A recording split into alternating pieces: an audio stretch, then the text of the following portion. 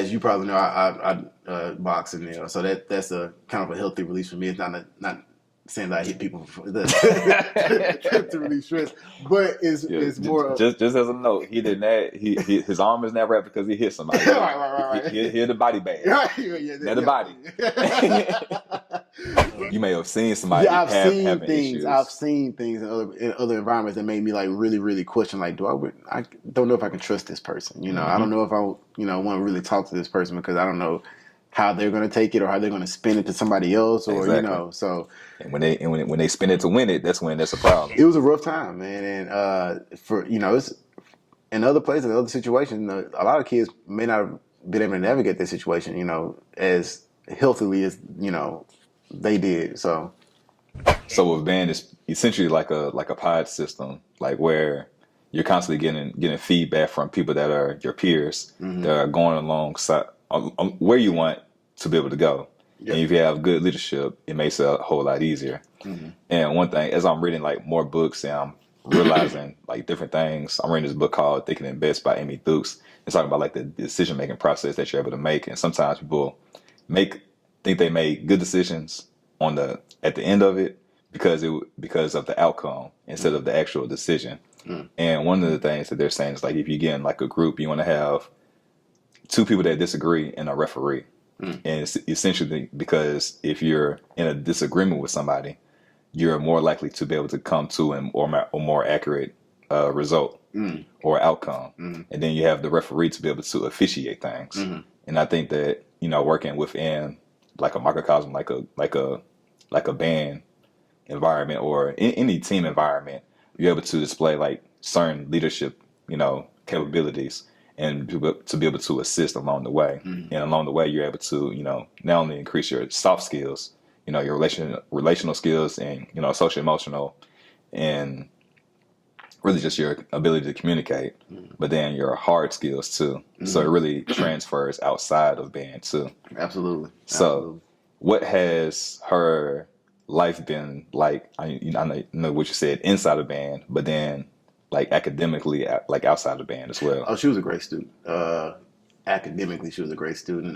When she was in middle school, she got into a lot of trouble because of her mouth, because she was very talkative and had a little attitude and stuff like that. But when she got into high school, she may have had a few little problems here or there, but academically, she was always a great student. Right now, I think she's currently still at Sacramento State. She may be a junior or a senior now, but she didn't major in music. She actually majored in, I think, bio pre med, but got a band scholarship though. Hmm. Getting still, but Sacramento State doesn't give the same level of band scholarships that maybe a HBCU would. But she still got assistance with college, and she got academic scholarships as well. So college was no issue for her. So she overall, I won't attribute it all to band, but she turned out to be pretty a very good student actually, and a good model for even some of the students that came after her. Most definitely. And I know you said what city? Well, was I it was in Sacramento. Sacramento? I was in Sacramento. I taught in Okay, Sacramento. Mm-hmm. okay. How long were you in? Was that like when you had her in sixth grade? Mm-hmm. Was that like your first year teaching? That was that was my first year teaching. Okay, because when you were saying like, because I think you said you taught 8 years out there. I taught well 9 actually. 9. Yeah. Okay, so 6. Cool. So math is mathing. Yeah. Because I was like, okay, so you've been a teacher for 8 years out there, then 3 years here or 4 years in Memphis. Technically 3. Yeah, 3. So pandemic, Yeah. brought you in. Well, actually, yeah. So I came in November of 2019. So about 3 months before the pandemic. Yeah. Yeah, I moved. I changed schools. Oh, I moved here in the middle of the year. So it was kind of like not a year and a half necessarily. I mean, not a half year or whatever, but it's probably more like. So I'll say I probably worked out there 8.5 years, and then because this is my 11th year, and the rest of the years I've been here. Okay. Yeah. All right. It's there's a lot of time in between trying to put it all together. Yeah. But yeah, so essentially I had her for 6 years.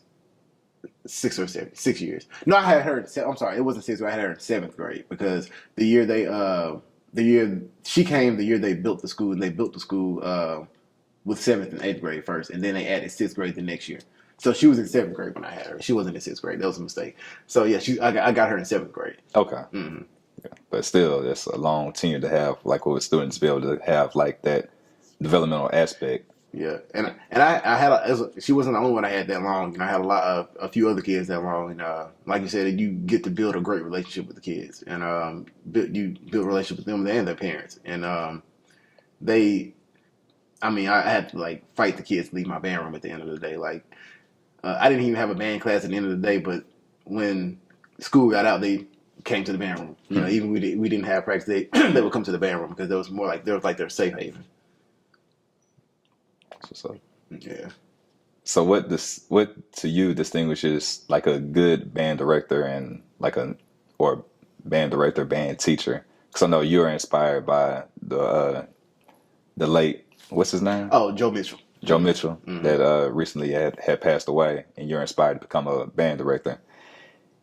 However, I'm pretty sure along your way, there's probably been some people that haven't been necessarily as good, or you may have heard about other things. So what are some differences? Well, a great band director is gonna always give his students the room to make mistakes because that's the band room is the place, basically a place where you're allowed to make mistakes without repercussion. And what I mean is when you go into a math class, you don't get a math problem right, you get it marked off. That comes off your grade. Band class, you miss a few notes, you get criticism, constructive criticism, but it's not necessarily, you're not penalized. Right. You know, so you don't get a sense of, oh, I just have to get this right, or I'm gonna fail. It's more like I want to get this right because I want to impress my instructor, and that's kind of the relationship you want to build with your students, and not necessarily that you want to be like this ominous figure that that they look like, right. he's gonna kill me if I don't get it right. But it's like this person is doing so much and has invested so much into me. I want to show him that I want to make sure that he sees the fruits of his work. That's kind of what a good band director does. Less proficient director is probably more result oriented, meaning these children are more of a means to an end. And a lot of those type of directors, because we have like band festivals and competitions and stuff like that, a lot of instructors are really, really geared towards getting all superiors in competition, getting first place in the festival and stuff like that. So a lot of times and of course, everybody wants to do that, but if that's your only goal and focus, a lot of times the interpersonal relationships with the children gets lost. The the passion for getting better at the instrument gets lost. Is all because we want to get this score, and all because the director wants to get this score. It's not necessarily about the kids anymore. It's more about the director and that person's status and that person's accolades and stuff like that. Right. Seeing the kids as a means to an end. Right. Instead of a end to a means. Absolutely. So Absolutely. all about relationship building is going to be what fosters, somebody that's advanced when it comes to a band director, where somebody that's proficient, they're not really concerned about the results. I mean, they are worried about the results, but not the relationships. The other RE word. Right. So, it's relationships over results. Right. Because, you can get results. You get results all the time, man. Reading, writing, and arithmetic. But in like the specialty classes, that's when you're able to really do and learn without, the fear of the punishment. Because a lot of specialist classes aren't tied to the TCAP, right. And different results like that. Whereas where, the core subjects are. And I think a lot of teachers in the classroom, they can be stressed out because they're seeing that their performance is based on a test. And then that's where anxiety comes in, because if the kids aren't performing, it's like them pretty much putting up a mirror to what they're doing, Right. and they're not putting out the results. So there's a lot that really goes into classroom teaching, and that's why I'm out of the classroom. Right, absolutely. That's why we're where we are. Right, because you can really, truly, foster the relationship, which a lot of classroom teachers really do, Mm-hmm. and that's what they really want to be able to focus on. But then there's still that other element of results too. So then you find like the fine line between results and relationships, and from a band aspect, it can kind of make or break. Yeah. And depending on how far you go on the spectrum, Mm-hmm. it kind of change the way that students see you and perceive you. Absolutely. Absolutely. And I was gonna say the you have the aspect of I would say with core teachers they basically have to teach to a test. In music,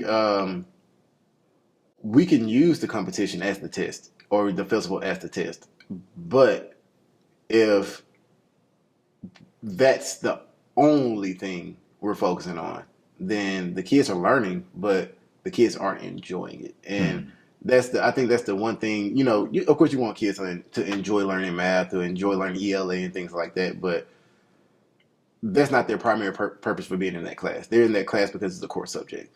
They're in band because they want to enjoy it. And when you're not making it enjoyable for them, and some students will enjoy just being high achievers, and they may just get enjoyment out of getting those ones and stuff like that.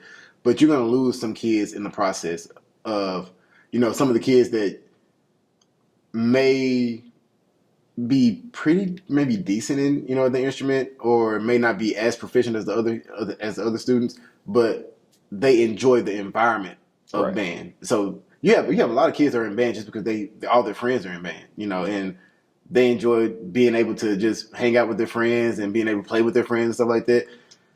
And you have a lot of kids that just want to be high achievers. So you have to kind of like be able to foster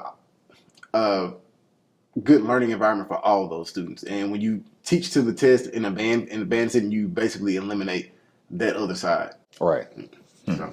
Yeah, really good. And because it's an elective in high school, and then in middle school, you're a specialist. Right. So it's like you're choosing which one that you want to do. Mm-hmm. Essentially, it is an elective in middle school too. Right. So you've taught both high school and middle school. Mm-hmm. What have been like the major differences between the two? Behavior is the biggest difference, man.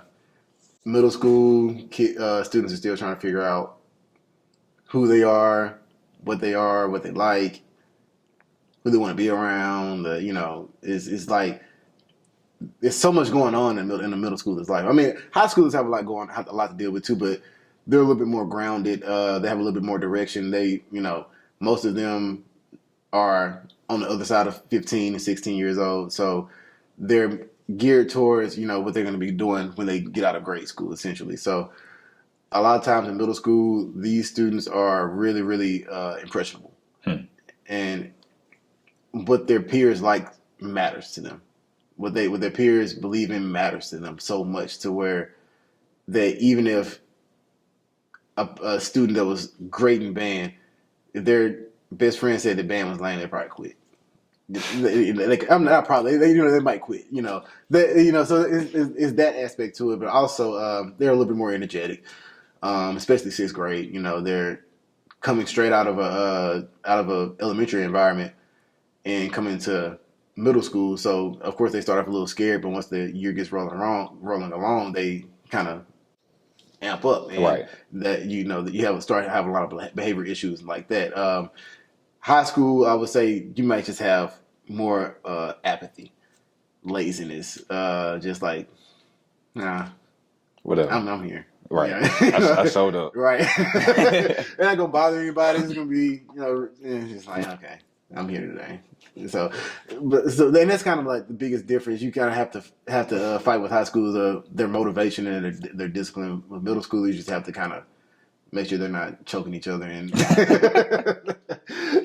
doing backflips off the wall. Right. So which do you prefer, having to ramp up a student or having to calm down a student? I think it's a much less. I think it's less stressful to have to ramp up a student than have to calm a student down because the student that's ramped up could cause other students to ramp up. The student that's unmotivated and lazy is usually kind of in their own little space. Okay. And it's a lot easier to kind of galvanize them. You have a whole crew of lazy and unmotivated people, and then it becomes a bigger issue. But then you have to kind of figure out something to do with that. But generally, I feel like it's a little easier to manage when they're just. I feel like it's easier to motivate somebody than it is to calm down. Okay.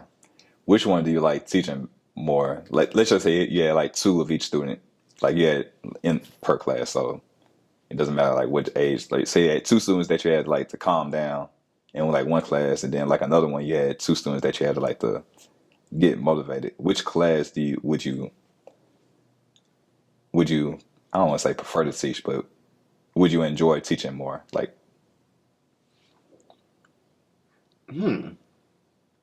it's only two. Yeah, you put it when you put it into that perspective, and now that I'm just like kind of thinking about it, if I had only two, I would probably take the energetic students because if it's 30, it's a difference. You know, it's 30 energetic students, it's a difference. But it's only two. Okay, I can manage that, and I could kind of. It's easier to steer their energy when it's less students involved. I can with less energy involved. So it's the energy of two kids. So I can kind of give it a little bit of direction and kind of give them something to focus their energy on. So I think I would probably enjoy that because I mean, who doesn't enjoy high energy? You know, so you may get a little bit more out of those students than you would two students that are unmotivated. But yeah, I would probably prefer if it's only two students, probably the more energetic ones. Okay. All right. Because I was like in your first answer when I was first teaching, I was like, yeah, let me get the calm students then. Da, da, da, da, da. But then like the more and more I started teaching, I started realizing that like the more energetic students were the ones that really had me stay on my toes and had to continuously learn, throughout the years, like how to really keep them motivated. Right. And like that information that I was able to get, that feedback I was able to get help like another student down the road. So a lot of times, like if it's like too much, it's overwhelming. Right. It's like, let me just get all these calm students in. So it's very, yeah. Yeah, and to provide a little context to my answer about the high school versus middle school, I would say another reason I kind of prefer high school over middle school is the proficiency level too. Is just because of I like to teach at that proficiency level rather than at the beginner level. That's more my preference. I could teach both, of course, but my preference would be probably to teach at that proficiency level because they already have a pretty good solid foundation of music. You're not too much teaching concepts. You're more fine tuning things and more of kind of getting them to understand the more abstract elements of music. So that I think that's more fun for me because it kind of unlocks a different side of it. When I'm teaching middle school, I'm teaching, this is this and this is that and that is that. It's more of like I'm kind of like I don't want to say teaching at the students, but I'm kind of spoon feeding them a little bit more. It's more practical information that they can actually use. Whereas with high school, it's more theoretical, theory based. There we go. So it's like it engages you mentally more than just we gotta go through these motions. Right. Okay. All right. You said it better than I could. As a teacher, you're actively listening. You're you're just warping what they're saying and putting it in your own words, and then giving it back to see if that makes sense to them. So right. I think throughout this entire conversation, we've been doing that. Like you've been like navigating the conversation as well, going back to like a previous question to get like more in detail than what I would have been able to get to. And then in my mind, there's a question I wanted to get back to, but then I may have forgotten. Then you'll loop back into it, so it all works out. Yeah. So, all right. So, being a teacher, there's a lot of stresses, high energy students if there's too many. lethargic students if it's If too it's many. So everything's in balance. Yeah. What do you do to balance your life as a teacher and a person outside of school? Well, one thing I always focus on, and what I've been taught from old heads when I first became a teacher, is don't take your work home with you.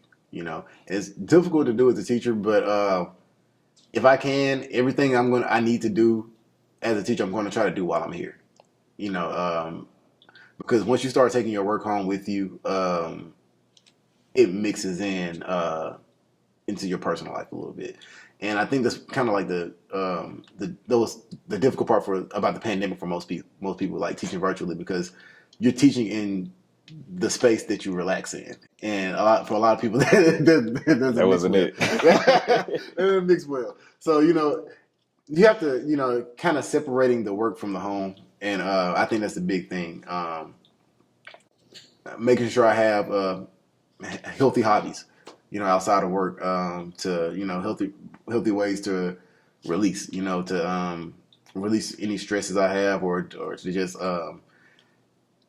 exhibit my creativity or whatever, whatever it is that I want to do. I want to make sure I have a healthy way to just kind of get some of those things out of me. As you probably know, I box, and so that's a kind of a healthy release for me. It's not saying that I hit people to release stress, but it's more of, just as a note, he did not. His arm is not wrapped because he hit somebody. right. He hit the body bag. Not the body. Are you tired of being tired, of not having enough energy to last you throughout the day? Are you wanted at work, too drained to go to the gym, or too sluggish to play with your kids, and too tired to hang out with your friends and your family? Don't worry, you're not the only one. In fact, 1 in 3 Americans struggle with having enough energy to last throughout the day. But there's good news, because you can change all that by focusing on your gut health.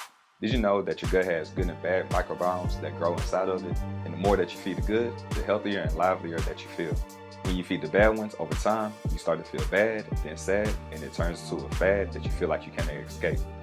And it becomes your personality, aka your personal reality, and you feel like you cannot escape it, and you accept life as it is, and that it won't change. But that's where you're wrong. You just have to be able to shift your focus. See, most people fall into the trap of the SAD diet, or the standard American diet, which focuses on fast food, which is cheap and high in calories, rather than nature's fast food, which are fruits, vegetables, grains, nuts, and legumes that help nourish your body so then you can flourish. It's also no mistake that 90% of Americans do not eat enough fruits and vegetables according to the daily recommendations, and that's only 5 servings a day. What if I told you can have the equivalent of 6 superfood salads all in one that's all natural, organic, whole foods? Yes, natural, organic, whole foods. And you can make and consume it in under a minute, and it only costs $4 a day. So there's no excuse that you need to shop, chop, and cook your foods because it's delivered at your front door. If this sounds good to you, check the description down below and schedule a 15-minute complimentary call so you can see how this can be a fit into your lifestyle. So you can change your personal reality and increase your energy, mood, digestion, sleep, and skin, all by focusing on your gut health, which is the cause to all your symptoms. Don't believe me? Just Google gut health blank and you'll find plenty of research articles that find a connection. Back to the video. So, I mean, and it's really not the whole, it's more of the exercise factor, because when I'm in the boxing gym, I'm getting a really, really good high energy exercise, and that's kind of the release part of it for me, So for me, it's just boxing. It could be basketball for somebody else. It could be tennis for somebody else. My mom is 70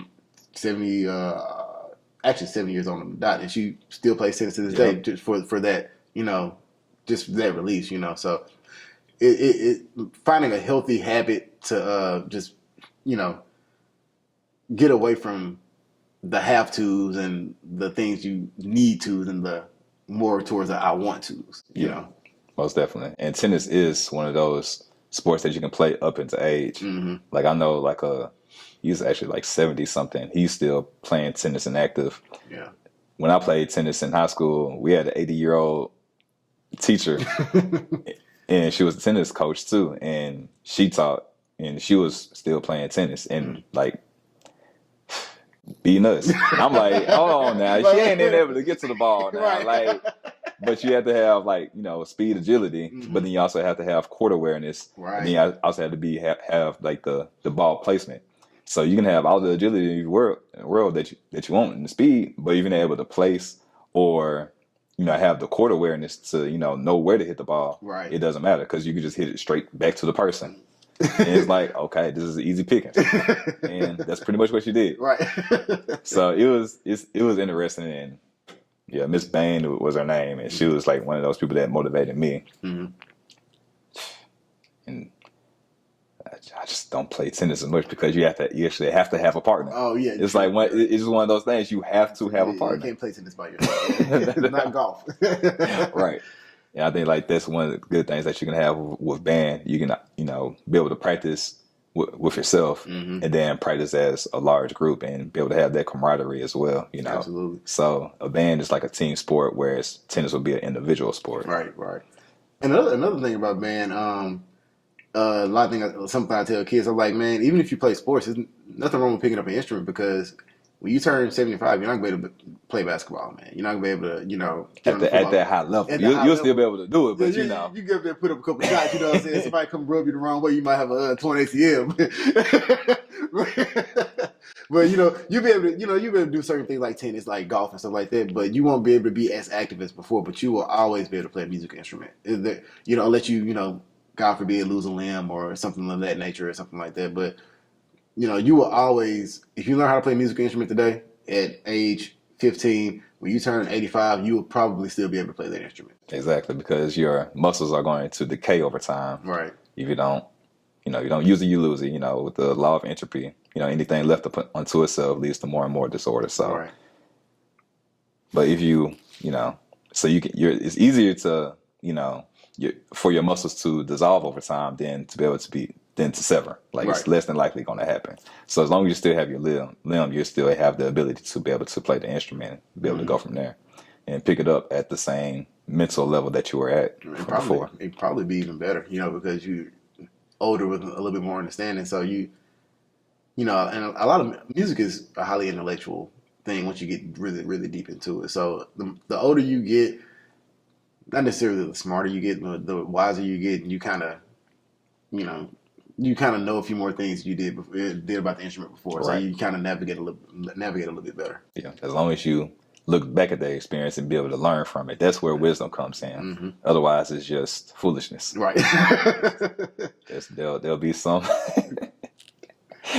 students and people can both be fools, and we're all people at the end of the day. And you can, get thrown into a situation and not learn from it, or realize that it's the wrong thing to do, but continue to do it and remain a fool, or learn from it and become wise. Right. And I think that's the one thing about growth and development with instruments, just anything as a person. Right. Personal development, you're going to be able to go on to the next level. So, how have you seen yourself transition as a professional teacher, educator, from like your first year to now? I know you said that there's some hobbies that you have now. Mm-hmm. How were you able to learn, that you needed to have more balance between or a separate life between like your work and, your home life? Well, I would say the first year was rough. I think the first year teaching for most people is pretty rough, but especially in a band environment, when I was tasked with basically building a band program from scratch, essentially. It was pretty stressful. A lot of after-school rehearsals. We actually started school an hour earlier. We had band class an hour before school, so we had what we call zero period. It was on the schedule as zero period. So I was at school every day at 6:55. So it was pretty stressful, and it wasn't necessarily stressful. It was time consuming, and I kind of found I didn't have really a whole lot of time for myself. So I really wasn't able to get the balance that I needed until I started teaching middle school. Ironically, I started teaching middle school because there are less performance demands. So I don't necessarily have to have after school rehearsals and all that stuff, but that gave me the opportunity, and it kind of helped me realize that I needed that balance. I needed to it's not healthy for me to spend 60 hours a week around just band. I need to expand, and it kind of helped me see some things. I started. Sorry, I started. Well, I've been doing martial arts and boxing for a long time, but I started back boxing when I got back to Memphis, and it really helped balance out a lot of things, and that kind of helped me realize that I needed to get back into some of my old hobbies and some of my old things. I kind of lost them along the way, So I, started fishing again, started doing some of the stuff I just like. I just enjoyed doing as a child, or some of the stuff I enjoyed doing growing up. That I just got away from being around bands so much, and it helped me, realize that I can't be so centered. That I can't be so centered on my work life. Also, counseling and therapy and things of that nature.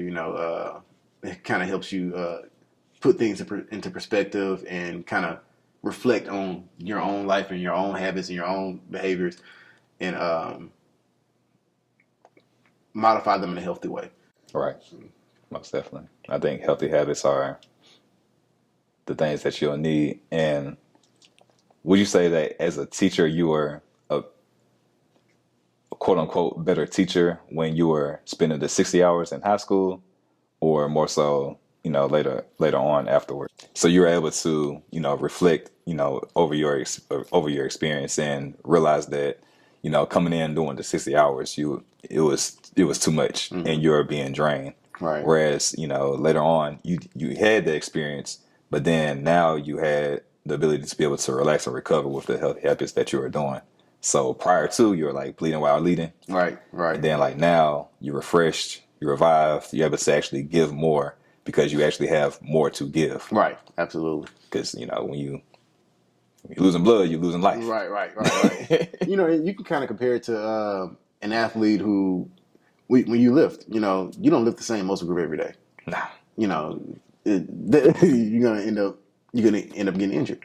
So you have to give your muscles time to recover. And when you give your muscles time to recover, when you come back into the gym, you get stronger. Right. Yeah, most definitely. It's like when anybody that's going into a health journey, they want to do like so many push-ups every single day. Mm-hmm. But you'll realize that you may be able to do, you start off, the most that you'll be able to do is like 15. Mm-hmm. If you come back the next day, it may be 10. Right. Like you don't get better without recovery. Right. So that recovery is definitely one of those things that you need to be able to have. And even in my personal health journey, I'm switching it up. And so instead of working out 6 days a week, basically doing a body part each day, essentially.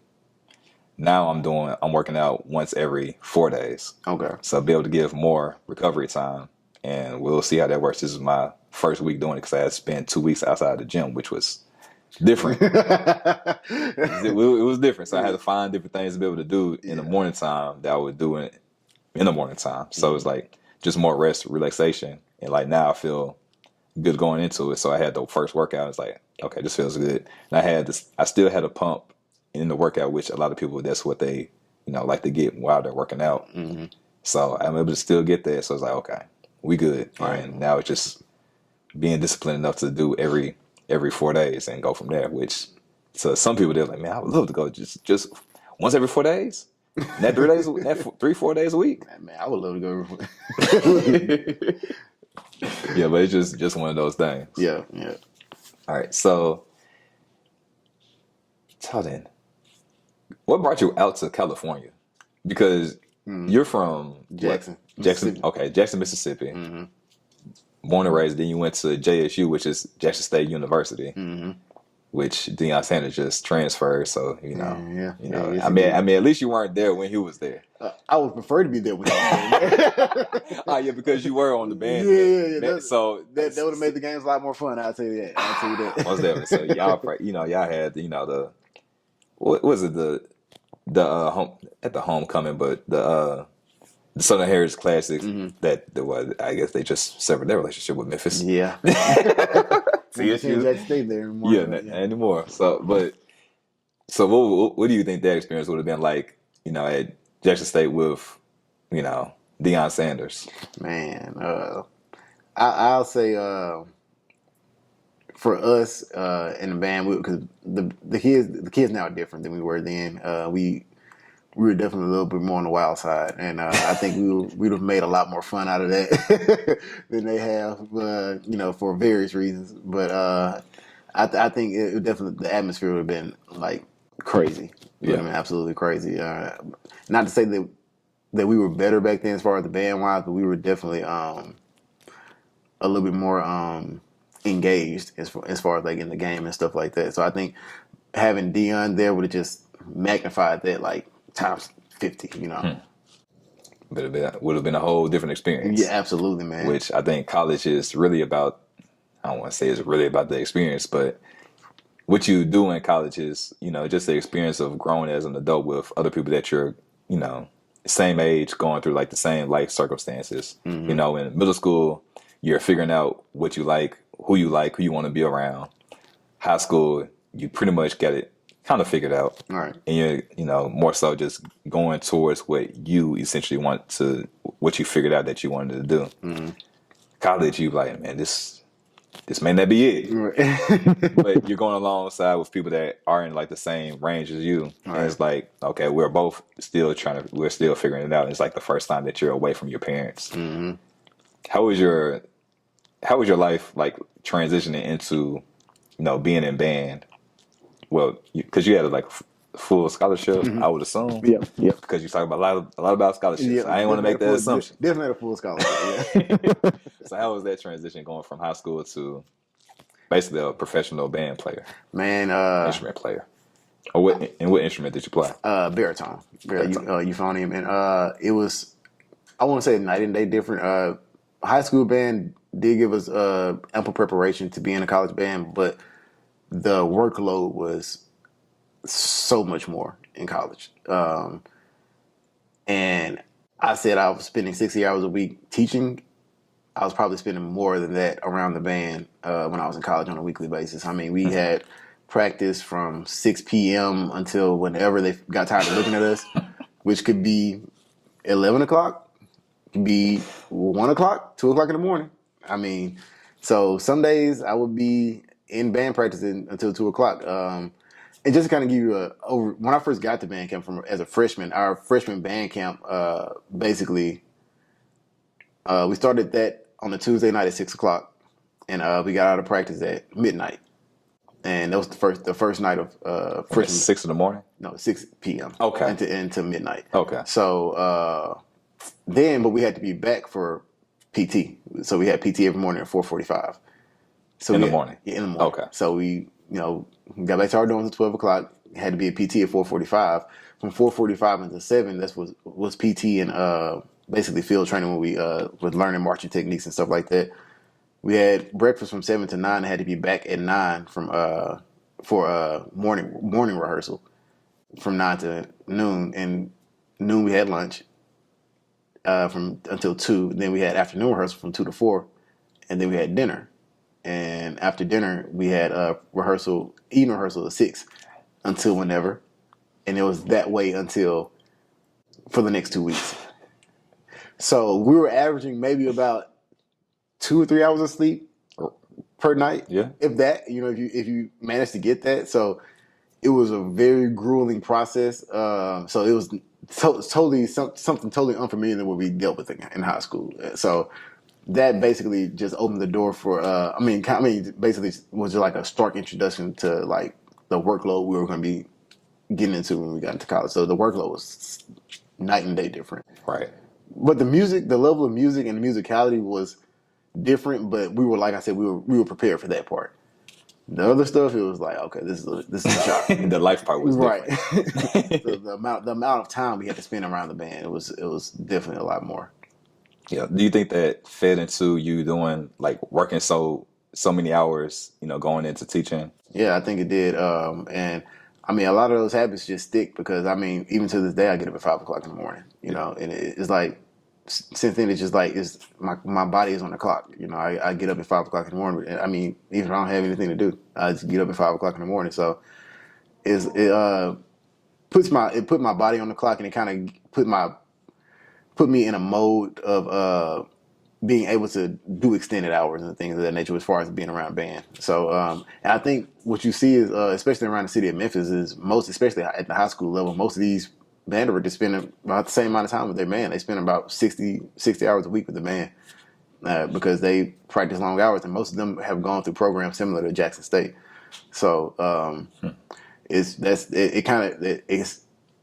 kind of like ingrained into the culture, into HBCU band culture, to spend long hours, be prepared to work really hard, work really long hours, and be dedicated. Yeah, most definitely. If you spending 60 hours doing anything, you are definitely dedicated. And it's like when you were talking about like what you're doing for like going into freshman year, like that's essentially like the training program like Kobe was doing. He was practicing four times a day. Mm-hmm. You know, get up at 5 o'clock in the morning, do your whole shooting routine, workout, go home, eat breakfast, come back out 8 o'clock with the team, go home, practice again, go home, and practice again, or watch some film. Mm-hmm. He wouldn't even leave. He would watch film, practice again, and then be able to eat and practice again. You do that 4 times over the course of every single day, and somebody only practices once or twice. If they're only practicing once, you have 4 times the reps. Right. If they're doing it twice, you're getting twice the reps. So over the course of time, that's when you're getting better and better incrementally over the course of time, and that's a big difference. Absolutely. It's a definitely like a life changing experience. Yeah. Like you're still getting up at 5 a.m. in the morning. Right. Like some things are being warped, or some habits are being changed in like different ways. So instead of getting up, doing band rehearsal, you're getting up and doing other things. Right. Applying different healthy habits, and that's one of the good things that you can be able to do to be able to change any habit is to replace a habit with like another habit, or I guess the gratification that you get from a certain outcome. Like, Pavlov's dog with like basically they'll ring a bell and they'll present the dog with food. So then they get to the point to where they'll just ring the bell and the dog will salivate.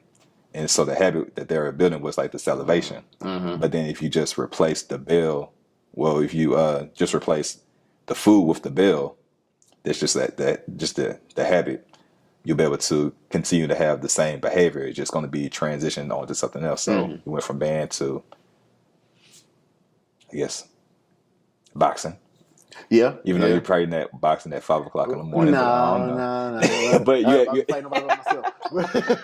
Right, but you're doing other things that are, taking up the same time, and so you're able to keep the same habit of, being up and being proactive in your life. Right. Discipline is just being transferred in a different way. Mm-hmm. Absolutely. That was a little rant, but it just wrapped everything up. Hey, man. Hey, man, it's your interview, man. No, it's all good. But no, we're in the culture in I know you said in California was kind of dry. Yeah. In the South, we pretty much live for like the bands and like the majorettes and different things of that nature. Mm-hmm. So what brought you back to Memphis from when you're out in California? Just that kind of missing the culture.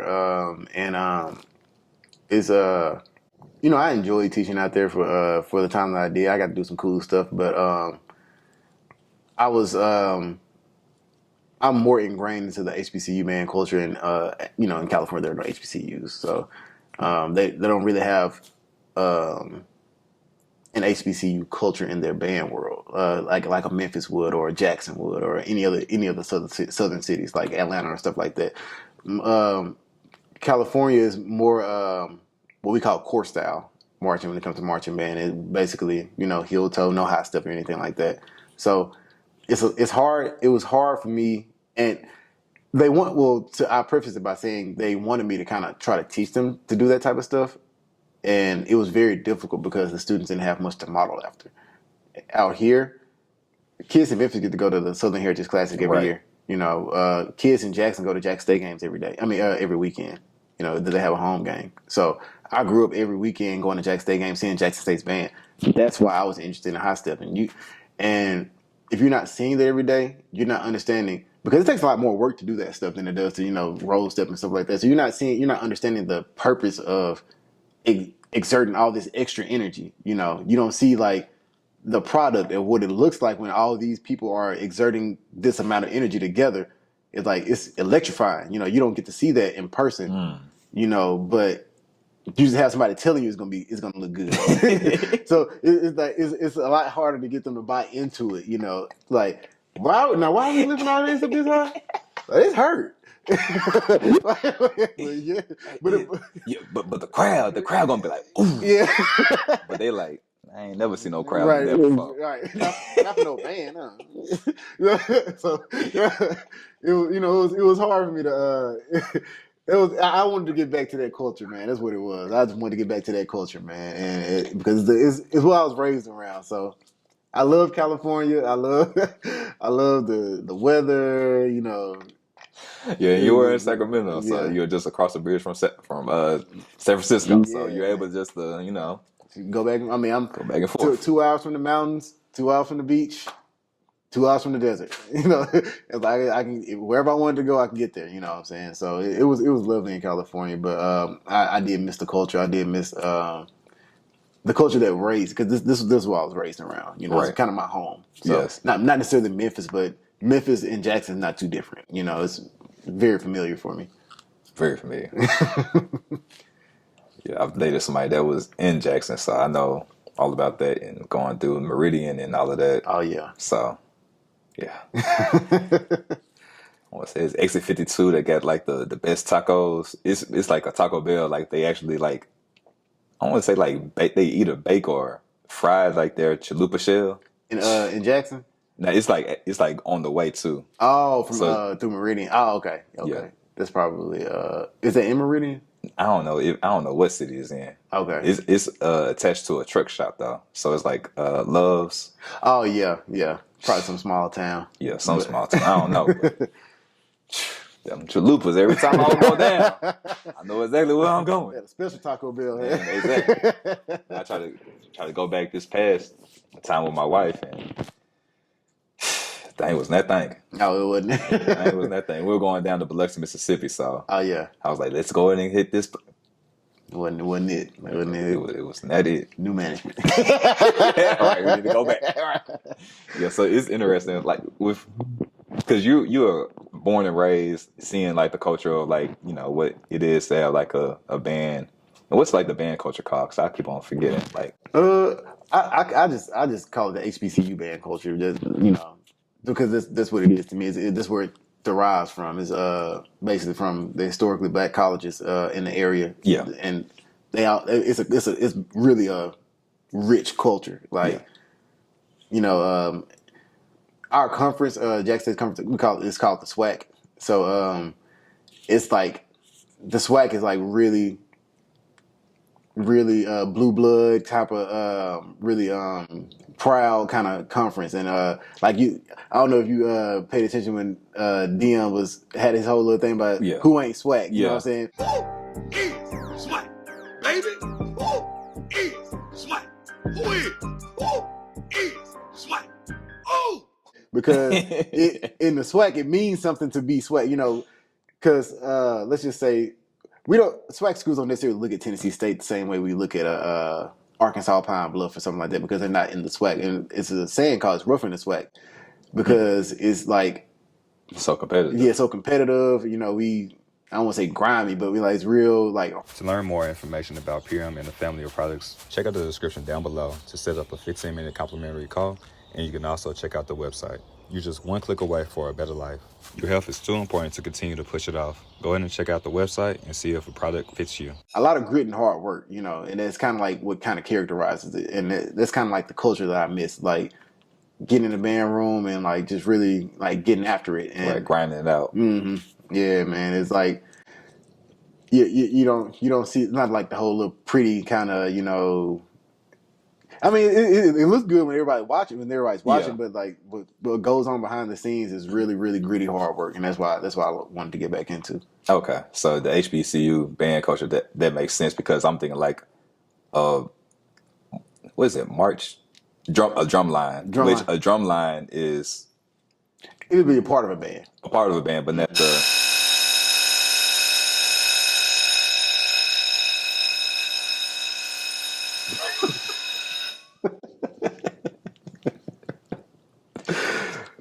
It would be a part of the band, but not the entire microcosm of it. So it would be a piece within it. Mm-hmm. So So you have a marching band, and I guess HBCU with march as well. Mm-hmm.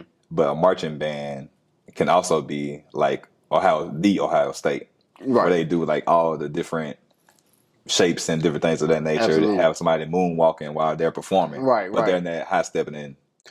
Actually, no, Michigan State high steps. A lot of Ohio State, no, they don't high step. But a lot of HBCU band culture derived from Ohio State and Michigan State. It's either Michigan State or University of Michigan. I think it's Michigan State. The high step part, I think, came from Michigan State. And actually, Southern University's drum major, pretty much his whole, that's usually a guy. So their whole persona is based off Ohio State's drum majors. Their whole marching style is based off their drum majors. So a lot of it was derived from schools like Ohio State, which is pretty interesting. The historical aspect of the culture is pretty interesting. But we kind of took it and gave it Made our it own on, twist. you know. Yeah. You know what we do? Yep. Hey man. Hey, you give us leftover scraps. Hey. We ain't gonna make gumbo out of No, scraps. We ain't gonna do no. that. But we are gonna make some chitlins. You gonna make some chitlins? Some neck bones or something. Maybe we're gonna do something. We're gonna make something now. We gonna season it up real Yeah, good. it's gonna might not be the healthiest, but it's gonna get gonna get us there. Gotta add all the seasonings because it's rotted or whatever, but we make it to taste to our palate. Right. So then we can actually be able to survive and then come to a point where we're able to thrive. So Absolutely. I think that's interesting aspect. I never knew anything about any of that. I just knew like Ohio State, they seem like more glossy type, more pristine. Right. Everything very clean. Whereas like the HBCU, like they'll have certain aspects of it, but then it would be kind of like grimy too. Right. So Right. Now I'll tell you, Florida A&M, they do a lot of the pictures and things of that nature that like Ohio State does too. But again, it's a little bit, it's a little twist to it, But Ohio State is known to be like the pinnacle of what a marching band is in America. Like that's why I call it the Ohio State. Like their band and football team, of course, but their band is like top notch. wow, most definitely. Top notch. All right. So we're gonna come perfect time. I guess. All right, so we're gonna do like a couple of rapid fire questions just to get a feel of you as a teacher. So, what have been? Hold on, I want to work this. What has been what's the more draining aspects of being a teacher? Staff meetings. No, seriously. If I'm being completely honest, man, for elective teachers, PE, band, art, things of that nature. I think even classroom teachers. Yeah. Staff meetings are grueling, man. It's just like God. But especially for us, because It nothing to do with had us. nothing to do with what we do. It's just like, okay, we just here. Here. And then they ask us questions. It's like, okay, what are we supposed to say? But I think aside from the staff meetings, I would say, the extra duties outside of, actually teaching, the things that don't really have anything to do with your lesson or what you do in the classroom is kind of like, those are the most draining things to me. Yeah. Like the class, like the lunch duty that we didn't have to do today. Yes. Just today. Yeah. We're going to cross our fingers for tomorrow. So. All right. So what's some of the more rewarding aspects of being a teacher? Man, seeing those light bulbs come on in the kids, when it finally clicks for them, it's probably the best thing, probably the most rewarding experience in life to, see kids actually get it. Yeah. When it click, it click. It like, click, I got that. And, because when they get it, it's not, it makes you feel good, but it gives, they have a little bit more confidence about themselves as well. And it's like, it's just a gratifying feeling, man. Just seeing, and then you get to see that kid grow even more and continue to grow in their confidence. And I think it's even more gratifying. It was more gratifying for me when I was in California because I got to see them go from such a young age to graduate from high school. And it was like, right. Seeing this kid that used to, cry every day, have all these issues and with their peers and stuff like that, and not have low confidence and stuff, and just come out and just basically be a rock star by the time they graduate from high school. That's like a very rewarding experience, man. Right. So you're the Mr. Finney of band out in California. Yeah, I was trying to be, man. See them from middle school to high school, graduation, college too. Yeah, Man, that's so much. Hey, if I could have taught college, I would have, man. That's where I prefer to be, but that's where I would want to be. That was my goal. Yeah. So what's changed with your goal, or has it changed? It hasn't changed so much. It just depends on how much. I mean, if I want to continue to pursue the PhD to put myself in a position, but also if I may end up venturing off into other things. Like I don't know if I do computer programming, coding, and stuff like that. So I'm just may take some time to venture off into software development or something like that. Okay. What language do you speak? What languages do you speak, like in software? Of course, like on the front end side, HTML, CSS, JavaScript, and on the back end, I've been learning Python. Okay. Mm-hmm. I think the reason why I know about the different languages is because my wife is actually she's a business analyst. Oh, really? For Alsec, so I'm familiar with all of those, and I think she knows Python, or she's interested in wanting to learn it. Yeah, if she does business analyst, I'm pretty sure she does SQL, SQL as well. Yeah, SQL. Yeah, she does that. So I don't know what none of that means, but when I hear it, yep. It's basically data analytics. That's all it is. Basically creating tables and being able to analyze data and stuff like that. That's what SQL is. But so if she's learning SQL, she probably is interested in Python because a lot of that goes hand in hand. Yeah. So my recall is terrible. If I hear it, I know it. It's a lot. It is a lot. It's a lot. Especially if you're not into it, it's a lot. I ain't into it at all. It's interesting, but I ain't. Yeah. I don't know what none of that means. Yeah, I grew. My dad worked for Xerox Incorporated. He always had like computers in the house and stuff like that, and we were probably like the first family in the neighborhood that had broadband. Like we were always a little bit ahead of the curve as far as technology. So like I was always around tech, and it just kind of gained interest in it. Yeah, most definitely. So broadband, that was after dial-up, right? Yeah. That was the next step. That's when we would actually download music and download a song. It didn't take 2 hours, Right. Yeah, the whole Napster thing. Oh my goodness, man! So, people make their own mixtapes, right? Selling it at school. Yeah, man. Napster. What we had, LimeWire, a few other things. Yeah. Interesting thing. Yeah. That's what's up. Don't take us to jail. We were definitely pirates. we are past the statutes of limitations. Right. Very good. It happened. He's been teaching for 11 years. It's happened way before that. Right, so right. we ain't worried about it. Yeah, know your laws. Right. All right. So what would be something that would take you out of teaching? You mean something that would like deter me from wanting to teach anymore, or is it something that would pull me away from the field? Both. Well, I mean, quite frankly, if I would to be offered a job paying significantly more. It would be in my best interest financially to take that position. So, and generally speaking, teaching is not the highest paid profession. So, as we were talking about earlier, the software development and programming, if I were to get offered a position in that field, it would probably be making more than what I make now, and significantly more, and probably have much more upward mobility.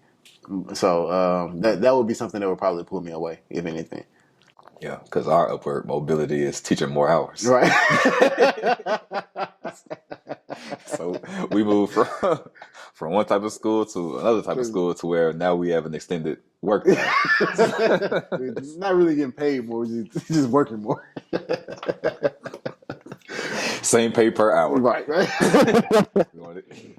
And I think that's what brought me into like my entrepreneur aspects as well, because I want to be able to have an aspect of like how much water I want to be able to flow into my sink versus having to wait for somebody else to open up the faucet little by little. I can decide what I want to do. Right, And right.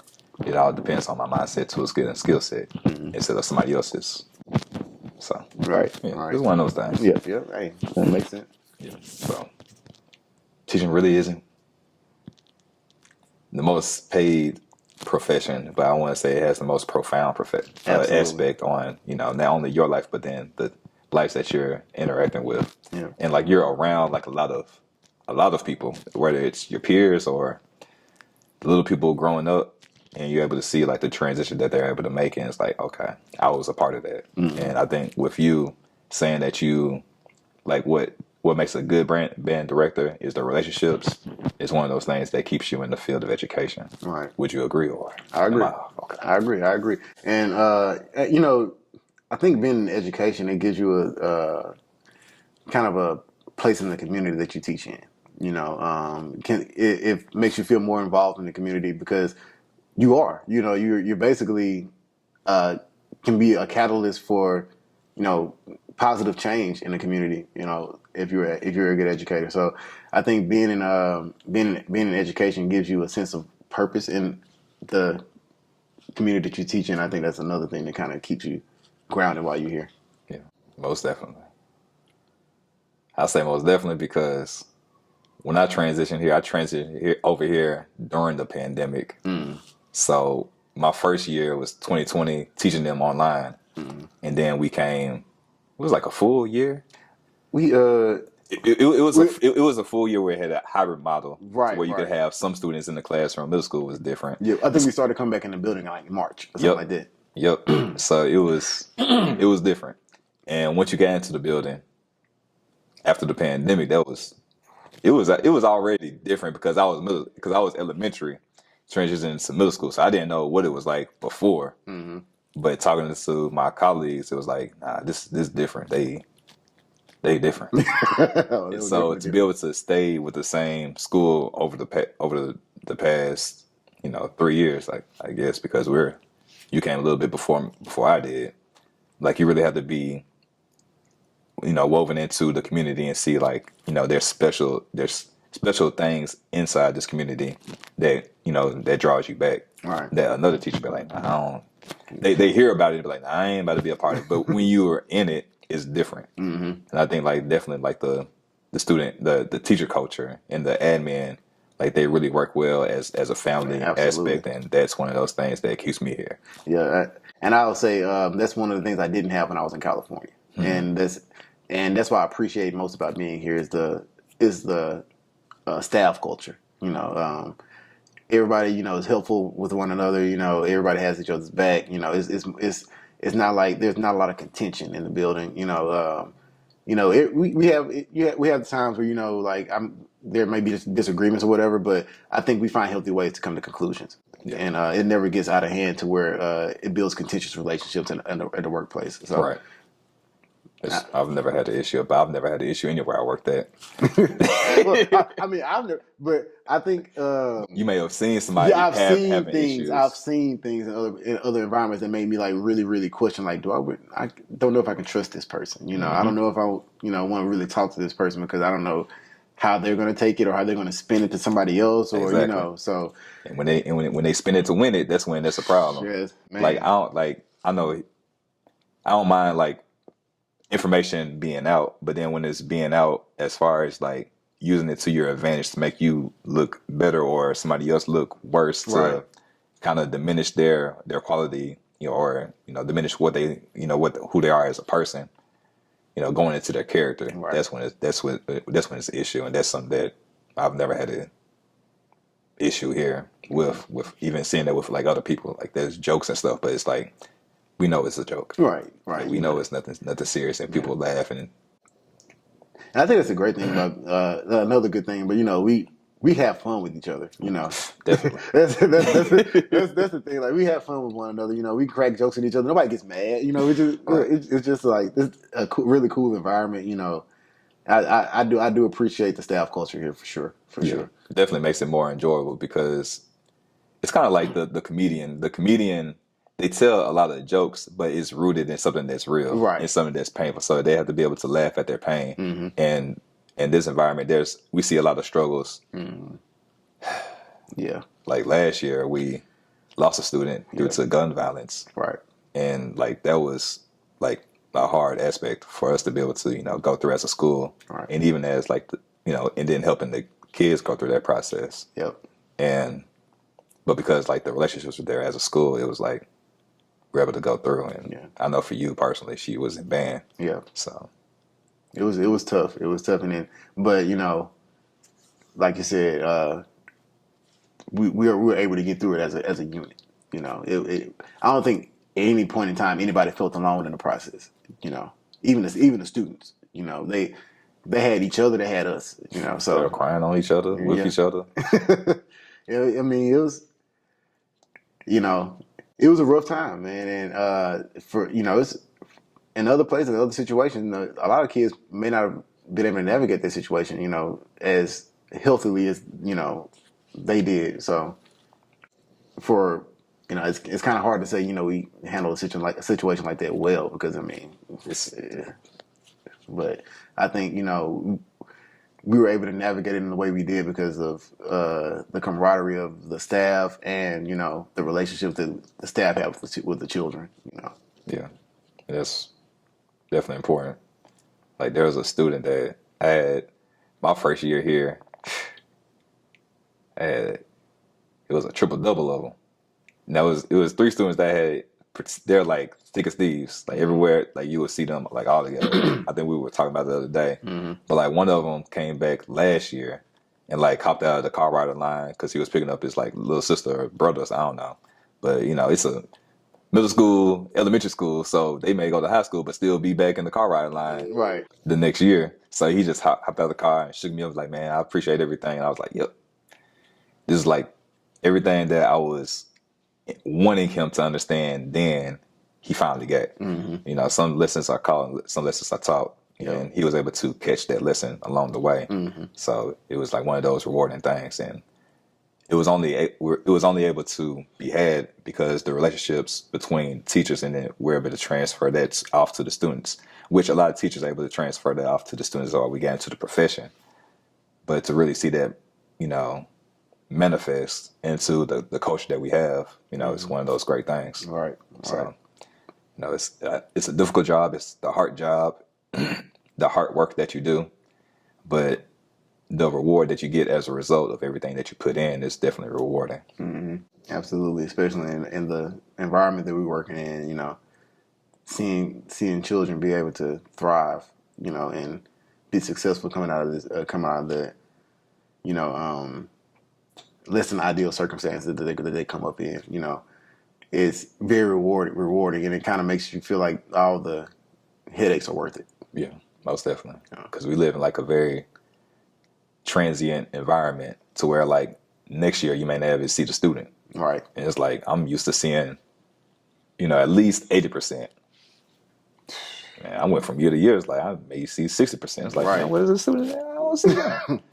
But we're on the first week of school, so we'll see after Labor Day. Right. Who's actually comes back and things like that. So there's one student I'm looking forward to seeing again, and there was one student that I didn't think that I was going to see, and then he came back because like the last week of school he told me that he was going to go to another school. I'm like, nah, I ain't coming back. I ain't coming back now. But then when I saw him on the first day, I was like, yes, we did it. Right. We back. We back. The vision that I had the vision I had, it lives. So we gonna continue on with the social media presence because he wants to get into like, being a YouTuber and things like that. And that's something that we actually, worked on or whatever. So it's like, oh, that's cool. That's cool. Yeah. And it's crazy to see like, when the kids see like stuff that you do outside of like extracurricular things you do, they start to take interest. Like, I think I may have had like some computer programming stuff on my computer one time or something like that, and I had a kid you would not suspect would be anywhere near interested in anything like that. Just came and it's like, you teach me how to code? I'm like, man, I ain't. Do you even like math? Like, do you even like? But he saw that and was like, he want to learn how to code, And once I And I start giving them the ins and outs of like the the occupational outlook, what it looks like, what it's going to look like, the job market for coding, like the pay and stuff like that. And then, he was really interested. Unfortunately, I never actually had time to sit down and teach him how to code. But it's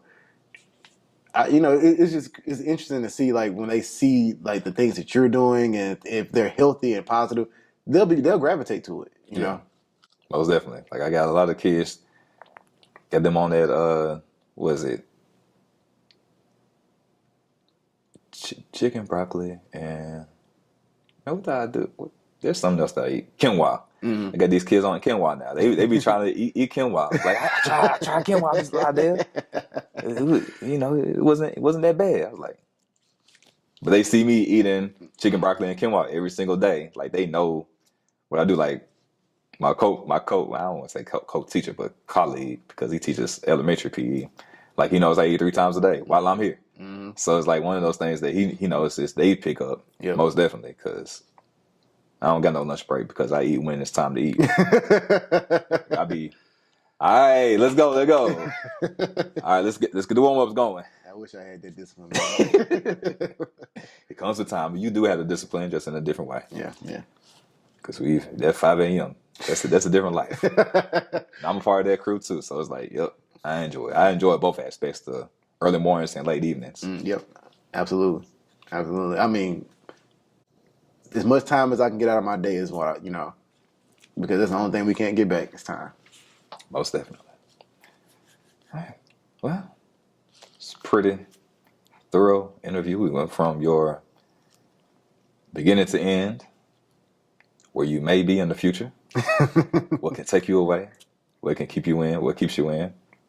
So, is there any question or anything that you would like to say that you wish that you would have been asked? I wish I would have been asked. I wouldn't say anything in particular. I'll say I just want to say like, I am a strong advocate for all not after school but extracurricular activities as far as with children, and of course with band. But band just happens to be my passion. But I highly encourage all students to be involved in some form or fashion in some type of extracurricular activity, especially things that teaches them discipline and teamwork. And those are the things that are transferable to pretty much any aspect in life. You learn discipline and teamwork on a basketball court or on a football field or in the band room, and those skills transfer to soft skills for jobs. Those are the type of things that when you're filling out a job application, and you start speaking to people in interviews and stuff like that. Those are the things that get you hired. People can see your communication skills. I mean, people can notice your communication skills. They can feel your charisma, the way you're able to interact with your colleagues and things like that. Those are things that get people hired and get people make people successful in the job field. So I just want to present myself as a strong advocate for all extracurricular activities, especially those that instill discipline and teamwork. Most definitely. Any words of advice for new teachers? Hang in there. The first year will probably be pretty rough. It's not an easy profession. It's a learning curve. It's definitely a learning curve. Even if you think you know everything, you don't know everything. And just be open to learning, because it's an ever learning journey. And the biggest thing, even more important than your instruction, is your classroom management. That your instruction, you can have the greatest lesson plan ever. If you can't manage your class, you will never be able to deliver it. So classroom management is the big thing, and just like I said, just hang in there, because it's going to be a rough start, but once you get your legs under you and you get in the groove, it's almost like clockwork.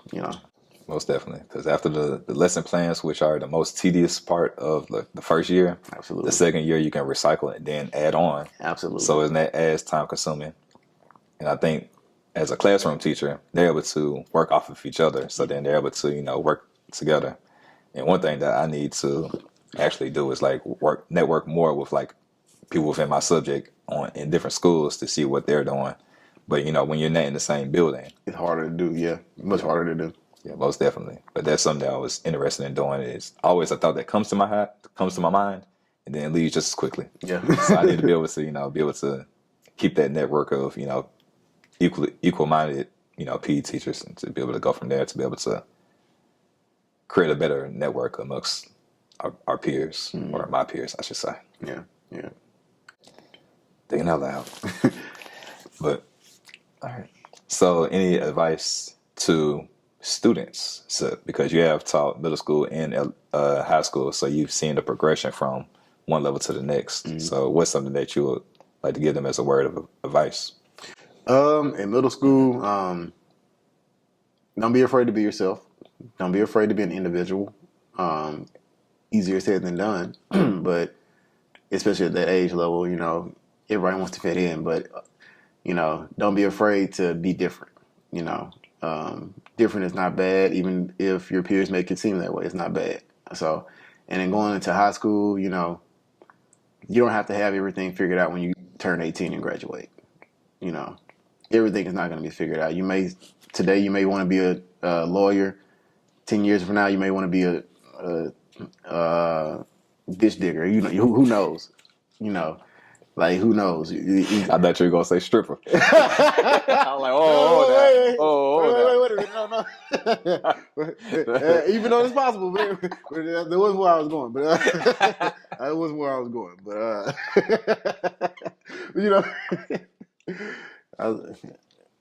I'm not gonna go there. But yeah, I mean, you should,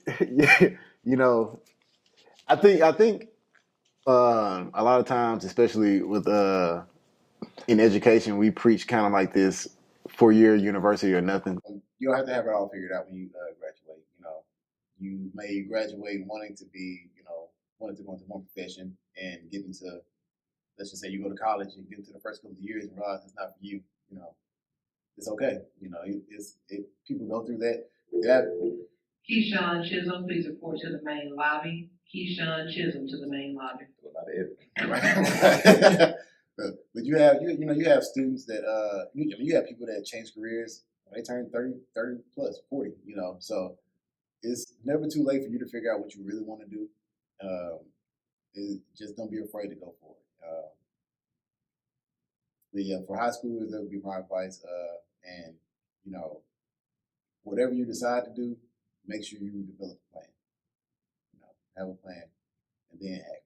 Don't act before having a plan, because it's usually recipe for failure. Like the old saying goes, when you plan to fail, you fail to plan. And like a newer thing that I heard is that when the plan fails, don't change the plan, change the goal. And I think that's very important transitioning to adulthood and just in life in general.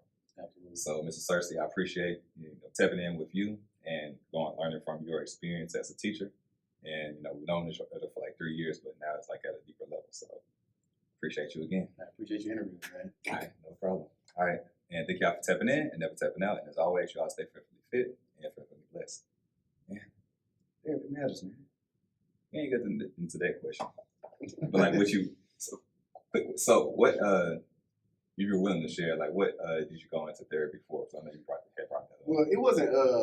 So really, because I'm an ADHD kid, so really that was like the catalyst that got me there. But then it kind of got me start going to like emotional intelligence and stuff like that, kind of understanding like why I felt the way I felt about certain things, and like how like some of my behaviors kind of like fed into like the way I felt about certain things, stuff like that. So really, a lot of it came sitting around like basically me understanding my own emotions and being able to convey the way I felt to other people, and being able to understand other people's emotions at the same time, and being able to kind of like, I don't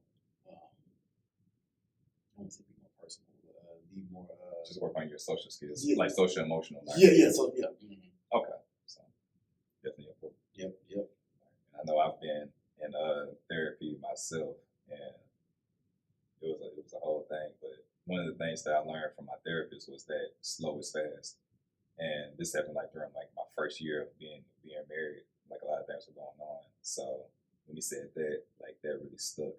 And there were a lot of things like I didn't necessarily like. I didn't have like a good relationship with him.